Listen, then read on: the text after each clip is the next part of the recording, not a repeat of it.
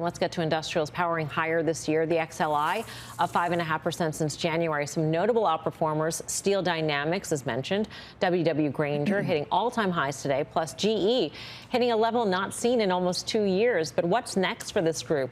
The Chartmasters joined the table. Carter Braxton-Worth, what do you see? Well, there's a lot of bifurcation in the group. Consider, for instance, S&P 500 Machinery Index, which it's at an all-time high today, versus the industrials that are transport-related.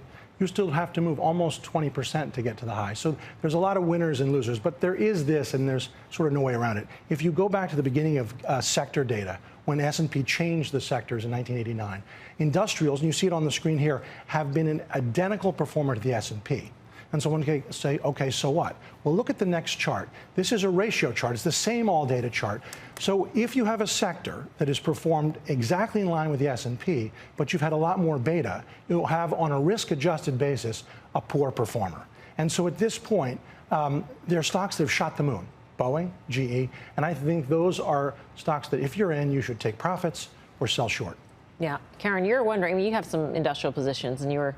I do. You were asking Carter. Yeah, before the show. It's like, Carter, URI, what do you think? Would you rather? Yeah. Would you rather buy it or not buy it? Yes, something like that. Yes. And I said, come on, Carter, don't you have any of the to the penny I think I just said I like it. Yes, you did say you like it. Sometimes less is more.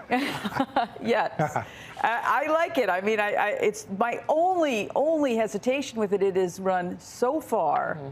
It deserves it. They've had an outstanding quarter. This is an under-promise, over-deliver type of management team, but I've never heard them more confident. And with the infrastructure bill, I mean, for a long time out, they've got a lot of business to do. So I'm sticking with it, even though it is, I hate how much it's run. That's a bad dilemma to be in. Yeah. Walk me through the sort of the fundamental case, because if you are a believer that things are going to go pear-shaped later on this year, that there's going to be some sort of a recession, that companies will be pulling, et cetera, et cetera. Then why would you want to be in cyclicals? Why would you want to be in industrials in particular? I'm not sure you would, but I'll just take where Carter was, and I'll layer on my fundamental view. A lot of those companies in that industrial space are the kind of companies that are increasing free cash flow. They're not expensive companies, and I realize it depends on what you're comparing them to. But again, a company like Boeing is getting back to being that cash flow generative company that it was really back in 2018, 2017, when it was a $400 stock. I look at industrials that have outperformed the S&P by 11% or so since that October low. I look at transports that are now that's the part of this, because industrials, I don't know, you tell me, Carter. I mean, we're either about to break out, we're near 1-year highs, and we're back to those levels, and we're about to break out. And I almost feel, and this is where you need to tell the momentum coming from the transports right behind them, which were slower to the party. That's right. Well, in terms of the industrials overall, we know from their low, that sector is up 25%. Things like GE are triple that. And they have influenced, to some extent, you get autocorrelation, the performance of the sector overall.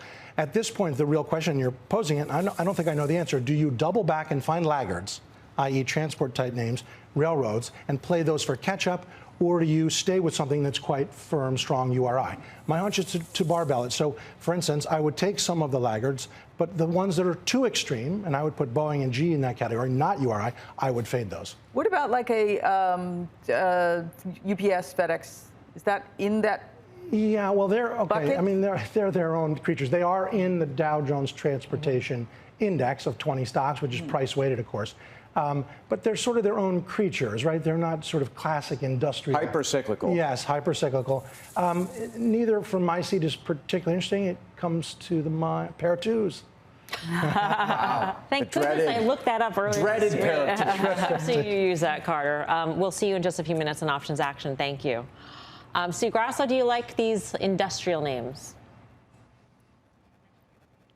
So I think you nailed it. If you believe that the recession is coming, then you have to either think that we are going to get out of it unscathed, to be a buyer of industrials. But to Karen's point, that money that's coming through from the infrastructure bill, it's coming through in a big way. There's going to be a long pipeline of cash being handed out. Caterpillar is probably the best one, or the most likely recipient for a long extended period of time with a backlog of work. So I think you can think there's going to be a recession and still be bullish on some industrials.